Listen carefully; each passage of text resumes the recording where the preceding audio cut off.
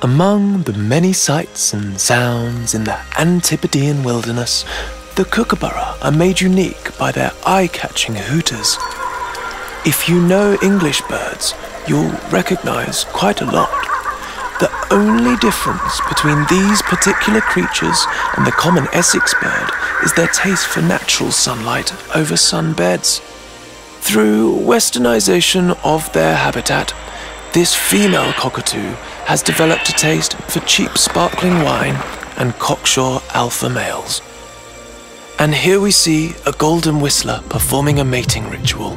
The competition is fierce, so after a 4-hour endeavour, she maximises her chances with the peculiar addition of a tinny and a roll-up.